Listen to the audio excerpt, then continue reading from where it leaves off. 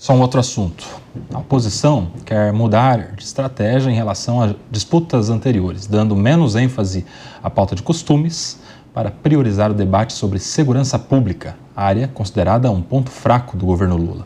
O objetivo, segundo aliados de Jair Bolsonaro, é acentuar o desgaste do chefe do executivo com o tema que recebe mais atenção do eleitorado. Um levantamento do jornal O Globo, com base nas propostas apresentadas na Câmara, mostra o tamanho da guinada no discurso. No caso da proibição do aborto, um dos temas centrais para a direita, foram 48 propostas apresentadas entre 2023 e 2024, com o número caindo para 14 no ano passado. Em paralelo, os aliados de Bolsonaro se dedicaram a alterar o projeto de lei antifacção e a PEC da segurança pública. Parlamentares reconhecem que a perda de tração da pauta de costumes está diretamente ligada à fragmentação da direita e à mudança de foco do PL, maior bancada da Câmara. Você está vendo, Diego, essa mudança aí acontecendo? A pauta de costume sendo deixada de lado para falar mais de segurança, enrijecer norma penal, fim de benefícios, costurar ali, remendar as propostas que o governo manda, como a PEC da segurança e o PL antifacção. É isso aí que está dando popularidade? Eu acho que isso tem acontecido sim, Kobayashi, e até por conta de um próprio clamor, algo que está nascendo no seio da sociedade, uma demanda muito grande pelo debate da segurança pública. Todos os levantamentos apontam que possivelmente a segurança pública será o principal tema, que é o principal tema de preocupação das pessoas no Brasil e que deve pautar as eleições de 2026. E aí vai muito bem a oposição ao tentar enquadrar o atual governo com a pauta da segurança. Haja vista a notória falta de desenvoltura dos partidos de esquerda para debaterem a segurança pública. Aí a realidade também se impõe mais uma vez. Nós tivemos algumas pautas, principalmente no início da gestão do presidente Lula. Eu me lembro de duas muito emblemáticas. A primeira foi o aumento das penas para os crimes de furto e roubo, que, enfim, crimes praticamente endêmicos no território nacional. Toda a base governista votou contrariamente. Posteriormente, nós tivemos um projeto de lei que dificultava a progressão de regime para os crimes hediondos. Novamente, a base governista foi contrária ao projeto. E aí, de uma hora para outra, tentaram uma virada de chave, tentaram se apropriar da pauta como que sempre tivessem sido exímios debatedores a respeito de segurança pública e passaram a propor projetos que, de certa forma, endureciam penas, dificultavam a progressão de regime, como foi o caso da proposta inicial do PL antifacção. Então, as pessoas acabam vendo esse tipo de contraste. É muito artificial quando um político de esquerda fala sobre segurança pública. Dá para ver que, no fundo, ele ainda está apegado àquele argumento histórico do vitimismo sobre a criminalidade, do criminoso como o fruto de um meio injusto, a famosa vítima da sociedade. A esquerda sabe debater segurança pública do ponto de vista da ressocialização, do desencarceramento, o debate que de fato agrada ao ouvido do eleitor, da solução que de fato poderia trazer o fim do problema da insegurança na sociedade brasileira, está no discurso da direita. Endurecimento de penas, construção de mais presídios, um combate mais incisivo ao crime organizado, algo que, eu repito, a esquerda até tenta fazer, mas perde muito a naturalidade ao fazê-lo. Então, é uma boa ferramenta para que, de fato, a oposição consiga desgastar o governo. Quero sua opinião também, ô Mota. Vai ficar difícil, né, para os governistas trabalharem na pauta da segurança pública. Já pensou fazer campanha falando, vamos desencarcerar, vamos cuidar bem dos que são presos, vamos dar televisão smart para todos os presidiários? Não é uma pauta que acho que agrade muito, né? Mas eles já fazem isso há 40 anos, Koba, e se elegem. Tem políticos aí que estão, sei lá, em que mandato, e que passaram a vida inteira dizendo essas coisas. Eu, sinceramente, nunca entendi como esses políticos que defendem bandidos se reelegem. Mas o fato é que eles se reelegem. Existe quem vote neles.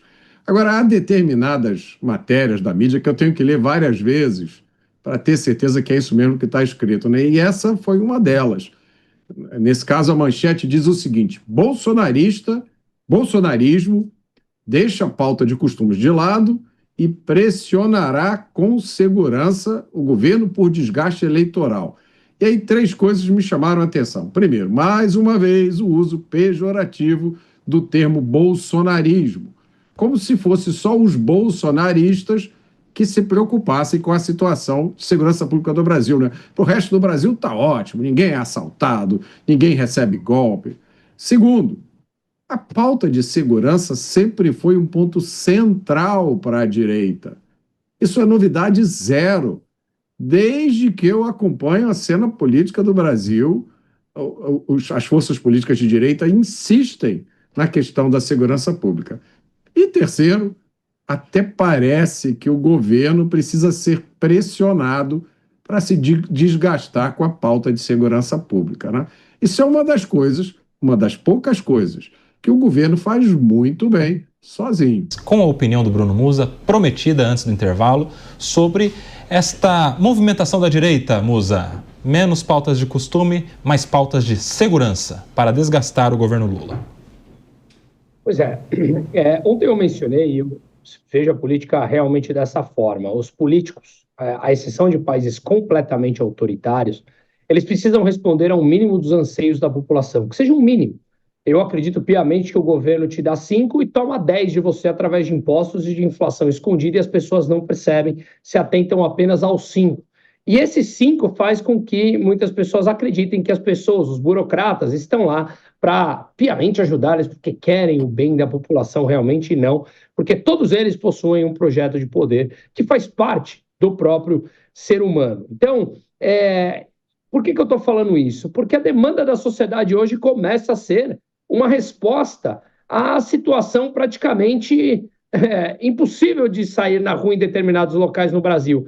Eu estava vendo aqui um número esses dias que nós estamos falando que, quanto é, o Mota sabe com certeza sabe melhor do que eu, mas algo como 20 e poucos milhões de brasileiros vivem em regiões dominadas pelo crime organizado. Ou seja, é um número extremamente expressivo, né?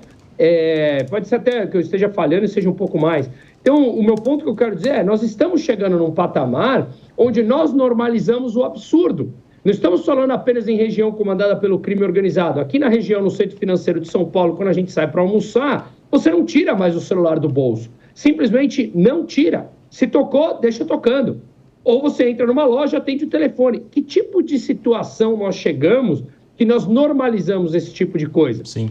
O Brasil é disparado o lugar onde mais venderam carros blindados no mundo. Só no ano passado foram 48 mil carros. Quando eu conto lá no exterior que a gente anda em carro blindado, em alguns países é motivo de chacota. De fato deveria ser. Você anda na rua com uma caixa blindada que aguenta tiro? É simplesmente isso? De fato é isso. Então, além de pagarmos o sobrepreço do carro pelos impostos, pagamos IPVA. Basicamente, você tem a posse e não tem a propriedade aqui, porque o IPVA nada mais é do que isso, além de PTU e etc. Ainda a gente blinda o carro, que tem componentes em dólar, importado, que você paga por uma desvalorização da moeda, porque o governo gasta mais. Nós normalizamos tudo isso. E o centro de tudo que nós estamos falando é a falta de segurança. E essa segurança, ela tomou conta do discurso do dia a dia da população. E, claro, a esquerda, como o Diego falou, ela é desencarceradora. Ela quer colocar o bandido como vítima. E a população está cansada. O brasileiro, na grande média, ele é mais conservador e não aguenta esse tipo de discurso. Portanto, é natural que se explore esse tipo de assunto. Deixa eu falar aqui com o Diego Tavares, nós vamos fazer essa rodada final. Nós estamos de volta para você que estava no intervalo da rádio, você acompanhou aí os comentários do Bruno Musa sobre a situação da segurança pública no Brasil. Mas nessa rodada final aqui eu quero perguntar a respeito da caminhada do Nicolas Ferreira. Por quê? Porque a gente está tendo hoje mais um dia de caminhada, amanhã de novo, e no domingo vai ter o encerramento lá, chegando em Brasília, segundo o que consta do cronograma, do planejamento. Haja perna para chegar nesse domingo. Eu quero saber, Diego Tavares, como você projeta esse encerramento da caminhada pela liberdade convocada pelo Nicolas Ferreira, que está reunindo centenas e centenas de pessoas à sua volta. Kobayashi, considerando que o Nicolas Ferreira tem conseguido aglutinar muitas lideranças ao longo dos últimos dias na sua caminhada, que, como você lembrou bem, não é um trecho para todo mundo. Muita gente quer participar da caminhada, mas não consegue pelas condições físicas. É, de fato, um exercício físico muito, muito forte, muito intenso.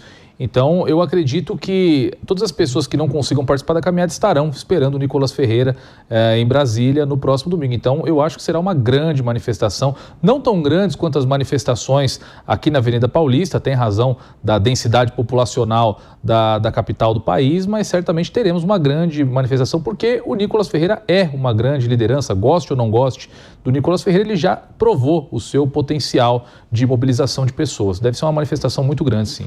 Agora, Mota, importante destacar que o Nicolas, nessas caminhadas aí, nessa caminhada e nas manifestações que ele faz em vídeos, enfim, para as pessoas que estão ao lado dele, ele deixa sempre claro, manifestação pacífica, ordeira, é o que se espera para o domingo também, né? Claro. O mais importante dessa manifestação, no meu entender, Koba, já aconteceu.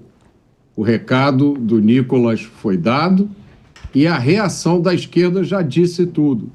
Eu acho que a lição para a oposição está clara. Se a oposição aprender a usar as mesmas armas da guerra política que a esquerda sempre utilizou, o jogo vira.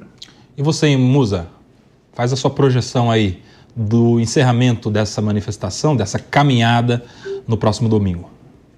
Eu acho que ela tende a ser extremamente pacífica. A dimensão que ela vai ter eu não sei, mas a verdade é que ela já tomou uma proporção importante dentro das redes sociais. Grande parte dos brasileiros estão acompanhando isso. Muitos, obviamente, não podem acompanhar, seja por condição física, ou condição financeira, ou familiar, ou do trabalho.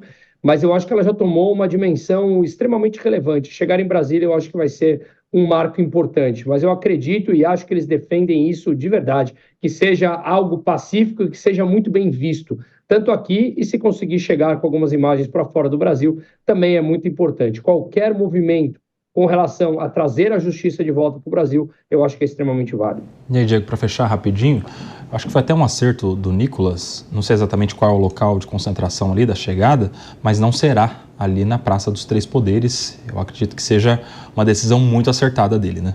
A prudência falou bem alto aí, Kobayashi. Tudo que a direita não precisa nesse momento é dar para o atual governo um novo 8 de janeiro, né? Não que os manifestantes estejam propensos a qualquer tipo de violência, mas considerando a magnitude que o ato tomou, não seria muito incrível que opositores ao Nicolas Ferreira infiltrassem pessoas para promoverem um quebra-quebra na manifestação do próximo domingo que ele está encabeçando em Brasília. Então, foi prudente em não levar a sua manifestação para a Praça dos Três Poderes. Será no domingo na Praça do Cruzeiro, em Brasília. Informação aqui do nosso Felipe, que é o nosso diretor aqui dos Pingos nos Is.